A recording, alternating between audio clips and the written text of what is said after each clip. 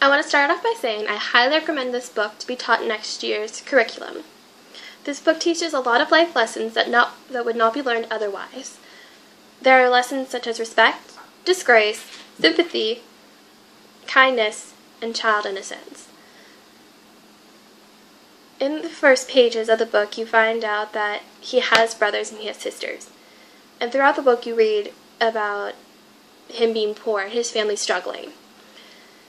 And throughout his stories of his family struggling, I found myself pitying him, but also respecting him at the same time.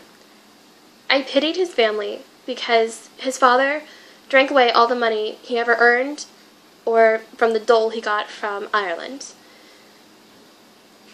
I pitied him because there was nothing that his family or his mother could do to stop his father from drinking away everything that they had or everything that they could have had.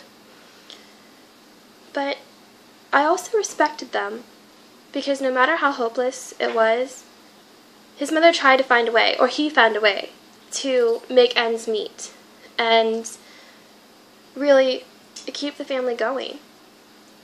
Now, true, his mother did kind of lose her senses when she lost her children, but she's a mother, and how could you blame her? Frank never stopped giving up. He did whatever he could. He stole. He bargained. He begged. And I respect him for that because he tried to do what he could. And if I was in his situation, I would do the same thing. And this leads me to the theme of what I think this book is. It's respect and disgrace. Respect because there are many numerous people throughout the book that should be respected. Like his mother. His mother never gave up trying to get his father to bring home the money and be a good husband for once. But a disgrace because his father drank away the money and there was nothing left and they had to be beggars, which was a disgrace to their family. But in the acts of being disgraced and asking for pity and begging, there was kindness in pages and people, and I think it should be recognized as a small theme in between the larger themes. On page 32, you find Frank stealing bananas for his two younger brothers because they're starving. Hey, got a bag of fruit. I didn't give it to you. I threw it away, right? So hey, take the bag. You got apples, oranges, bananas. You like bananas, right? I think you like bananas. I know you like bananas. Hey, take the bag. You got nice mother there. Your father, well, you know he's got the problem, the Irish thing. He gives them twins a banana. Shut him up. I hear him all the way across the street. This shows that there's kindness. Like, the man didn't have to give him the bag. And I respect him because he's saying, look, I didn't give it to you because that'd be begging, and begging is a disgrace to your family. And I feel bad for him. But this also leads me to sympathy, which is another small theme that's in here. On page 35, I find myself feeling sorry for Frank and Malachi. I fill a cup of water for Malachi and me, and my mother wails, water for you and your brother. Oh, indeed, water it is, and nothing for your sister, your poor little sister. Did you ask if she had a mouth in her head? Did you ask if she'd like a drop of water? Oh, no. Go on, drink your water, and your brother, as if nothing happened. A regular day for the two of you, isn't it? And the twins sleeping away as if they didn't have a care in the world. And their poor sister here, sick in my arms, sick in my arms. I feel bad for Malachi and Frank because they're young. They're 4 and 3. They don't know how they're supposed to feel. And it's a theme that recurs that they don't know. It's a theme where not knowing. And it brings me back to childness. And then I think of the times where I didn't know things. But I could ask questions. They could not. So they left with not knowing.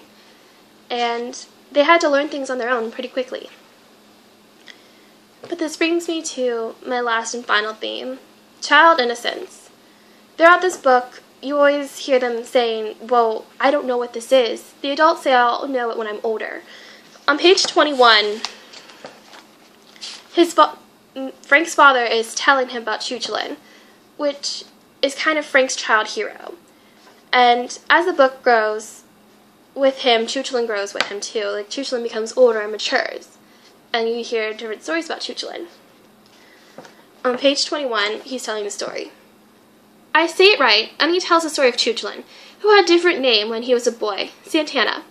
He grew up in Ireland, where Dad lived, when he was a boy in the county Antrim. Santana had a stick and a ball, and one day he hit the ball, and it went into the mouth of a big dog that belonged to Chuchulin, and choked him.